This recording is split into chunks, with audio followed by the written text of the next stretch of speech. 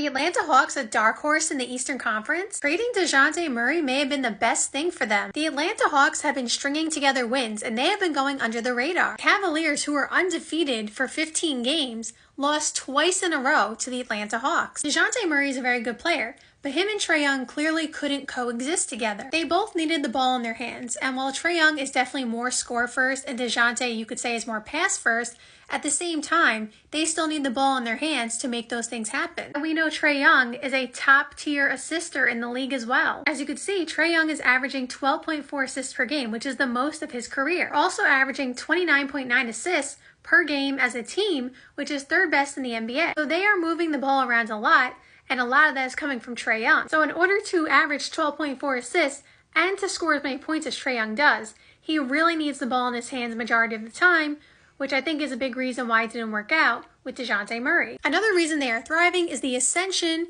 of Jalen Johnson. Now, we saw this last year, he was starting to come up, and now this year, it's in full force. Jalen Johnson is averaging a double-double, by the way. He's averaging over 10 rebounds per game and over 20 points per game. If you watch this page, you know I have been a fan of DeAndre Hunter's since he came into the league. And he just always had injuries, and it just prevented him from being the player that I expected him to be. Well, guess what? This season, he's averaging 18 points per game. And we know DeAndre Hunter is a very good defender as well, so he's going to play two-way. The whole team collectively just seems to be playing as a unit, which is a big part of winning games. And while they may not have the star power of some of the other teams in the Eastern Conference, and I don't necessarily expect them to come out of the East, they are definitely a team to watch. Because on any given night, we know Trae Young has that star power in him, and he can go for 50 by himself.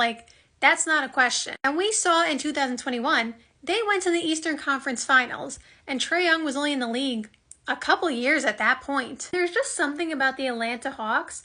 When they play, the Celtics, for example, they always give them a tough time. And I'm not saying if they played each other in a series that I would pick the Hawks to win over the Celtics necessarily. But what I'm saying is, we saw the last time they matched up a couple years ago, the Hawks took them to 6 games. And again, the Hawks just beat the Cavs twice. Regular season, I get it, things happen in the regular season, it's not the playoffs, but we still have to take some of these wins with some value. I agree, don't base everything off a regular season win, but I feel like we can also draw some conclusions from regular season wins. They don't mean nothing. They just don't necessarily mean everything. Let's not forget, the Hawks have a very good coach in Quinn Snyder. Quinn Snyder was the coach in Utah when they were a #1 seed for at least 1 year, and they were a top 3 seed for a few years. And they were always top in defense, and they were always in the playoffs. And I don't remember if they made the Western Conference Finals any of those years, but they definitely were in the playoffs every time he was there. The other thing that's really great about Jalen Johnson, but also Onyeka Okongwu and Clint Capella, those are the type of bigs that you want to have on the roster with Trae Young. Trae Young loves to play pick and roll, and it is a perfect combination, him and Clint Capella. It's kind of like James Harden and Clint Capella. It's kind of the same combination. Not that James Harden and Trae Young are the same player, but they both have those kind of connections with bigs. James Harden plays very well when he's playing with a good center. He's playing very well with Zubac right now.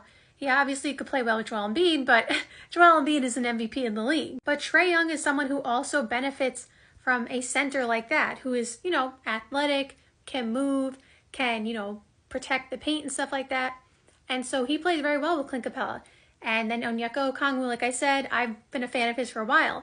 And now Jalen Johnson, although he's technically a 4, he's a big, and he can run the floor, and he can catch a lob, and that benefits Trae Young as well, to get his assist numbers up and to get easy baskets. And so Jalen Johnson's ascension benefits not only the team, but Trae Young as well, because it also opens up the floor for Trae Young to have more open shots. I do think the Hawks still need another player, another star, to be a championship contender at the very least.